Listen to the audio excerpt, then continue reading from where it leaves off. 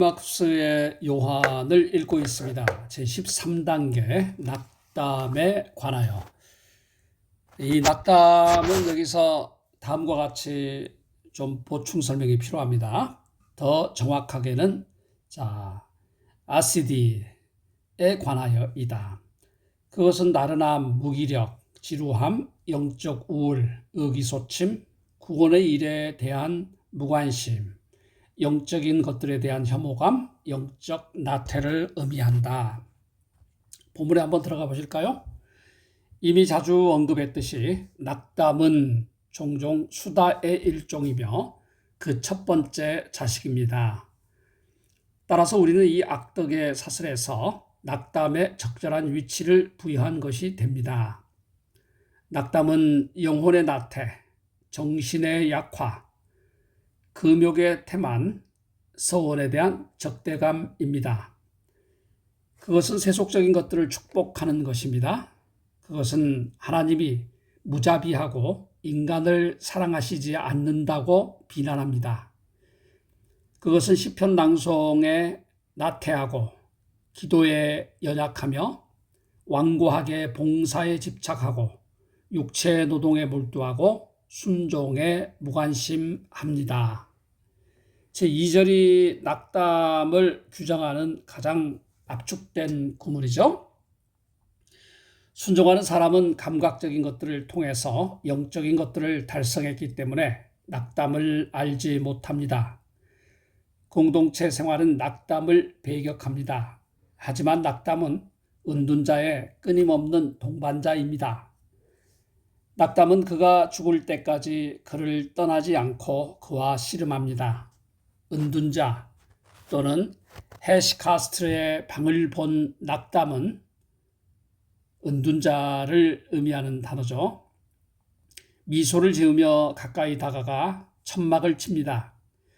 의사는 아침에 병자를 방문하지만 낙담은 정오에 수행자를 방문합니다. 오후에 나른할 때 수행자를 지치게 하고 온갖 생각을 갖게 만들기 좋기 때문에 정오에 수행자를 방문합니다. 낙담은 환대의 배경입니다. 낙담은 육체 노동을 통해 자선을 베풀 수 있다고 주장합니다. 낙담은 병자들을 방문하도록 열심히 우리를 권하고 병들었을 때 내가 너를 돌보았다라고 말씀하신 분을 기억하라고 부추깁니다. 낙담은 낙심한 사람들과 마음이 쇠약해진 사람들을 방문해야 한다고 머릿속에 속삭이며 마음이 연약해진 사람들이 서로를 위로해야 한다고 부추깁니다.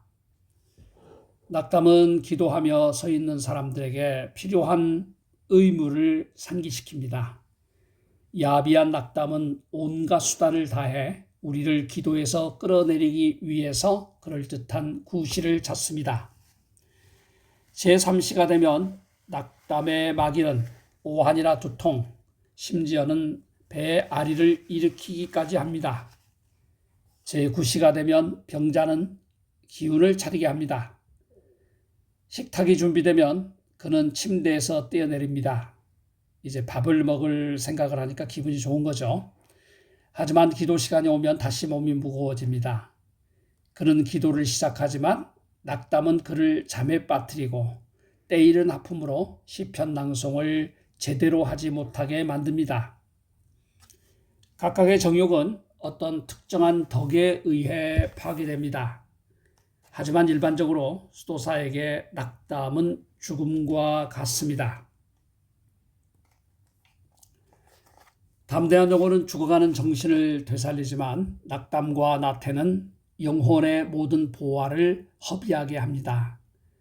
낙담의 8가지 주요 악덕들 중에 하나이며 낙담은 8가지, 에바그리우스가 8가지로 분류를 했고요.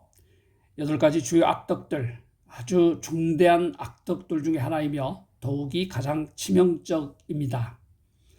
그러므로 다른 정욕을 다뤘던 것처럼 다루도록 합시다. 하지만 한 가지만 더 추가합시다. 시편 낭송이 없을 때는 낙담이 나타나지 않습니다. 그러다가 성무 일과가 끝나자마자 눈을 뜨는 것입니다. 영적 영웅 즉 침노하는 자들은 낙담이 공격할 때 빛을 바랍니다. 왜냐하면 낙담과 싸움만큼 수도사에게 많은 밸류가를 획득할 수 있게 해주는 것은 없기 때문입니다. 그래서 영적인 영웅이 낙담을 공격할 때 빛을 발하는 거죠. 잘 살펴보십시다. 그러면 당신이 서 있을 때마다 낙담이 당신과 싸우리라는 사실을 알게 될 것입니다. 당신이 앉아 있다면 등을 기대는 것이 좋다고 암시할 것입니다. 낙담은 방의 벽에 기대도록 부추깁니다. 그런 다음 소음과 발자국 소리를 내어 창 밖을 내다보라고 설득합니다. 자기를 위하여 애통하는 사람은 낙담을 알지 못합니다. 당신의 죄에 대한 기억으로 이 폭군을 결박하십시오. 이 폭군은 낙담을 의미하죠. 육체 노동으로 그를 쳐 부숩시다. 장차 임할 축복에 관한 생각으로 그를 법정에 출두시킵시다. 법정에 섰을 때 낙담으로 하여금 합당한 질문을 받게 합시다. 말해보아라. 이 뻔뻔하고 게으른 녀석아. 누가 너를 사악하게 낳았느냐? 너의 자손은 누구냐? 너의 적은 누구이며 너의 파괴자는 누구냐? 그러면 낙담은 할 수 없이 이렇게 대답할 것입니다. 나는 진정으로 순종하는 사람들 중에는 머리 둘 곳이 없다. 나는 내 자리가 있는 곳에서 사람들과 함께 조용히 살고 있다. 내게는 많은 어미가 있다. 영혼의 무감각, 천국에 속한 것들을 망각하는 것, 과도한 문제 등이 그것이다. 나와 함께 거하는 내 자녀들은 여기저기 옮겨 다니면서 영적 아버지에게 불순종하고 심판을 망각하고 때로는 소원을 저버린다. 지금 나를 결박하고 있는 나의 반대자들은 시편 낭송과 육체 노동이다. 나의 원수는 죽음에 대한 생각이다. 나를 정말로 괴롭히는 것은 미래의 축복에 대한 확고한 소망을 가지고 기도하는 것이다. 누가 기도를 낳았는가? 기도에게 물어보라. 마지막 구문만 잠깐 더 볼까요? 나를 결박하고 있는 나의 반대자들, 즉 내가 가장 두려워하는 자들, 그것은 시편 낭송과 육체 노동이다. 수도사들은 하루 종일 시편을 낭송을 했고 오랜 기간 수도원에 있다 보면 시편 전체를 150편을 암송하게 되는 거죠. 이게 영성의 본질 아니겠습니까? 그리고 육체 노동, 라보라, 오라 엣 라보라. 우리가 수도원 구문에서 오라라는 것은 기도하라, 말하라, 기도하라. 그리고 라보라는 노동하라. 자, 기도와 노동이 매우 중요하잖아요. 그래서 지금 낙담의 가장 위협적인 것은 바로 시편 낭송과 육체 노동이고요. 나의 원수는 죽음에 대한 생각. 우리가 사의 죽음에 대한 묵상, 우리가 사후 묵상이라는 책도 한번 읽어드렸죠. 죽음에 대한 각오, 주기철 목사님. 죽음에 대한 생각이야말로 낙담을 물리치는 가장 중요한 요소라는 거죠. 나를 정말로 괴롭히는 것은 미래의 축복에 대한 확고한 소망. 지금 아무리 어려움을 갖고 있더라도 우리가 확고한 소망을 가지게 될 때, 그리고 기도하게 될 때, 그런 소망을 가지고 기도하게 될 때, 낙담이 오죽했으면 이런 반문을 하지 않습니까? 누가 기도를 낳았는가? 기도에게 물어보라.